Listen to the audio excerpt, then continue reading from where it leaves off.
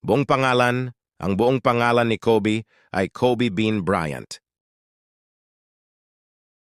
Ang pangalang Kobe ay kinuha mula sa isang sikat na steakhouse sa Japan na pinangalanan mula sa Kobe beef. Simula ng career, si Kobe ay pumasok sa NBA. Diretso mula sa high school noong 1996. Hindi siya naglaro sa kolehiyo at isa siya sa mga pinakabatang manlalaro na nakapasok sa NBA sa edad na 17. 3 numero ng jersey. Sa kanyang career,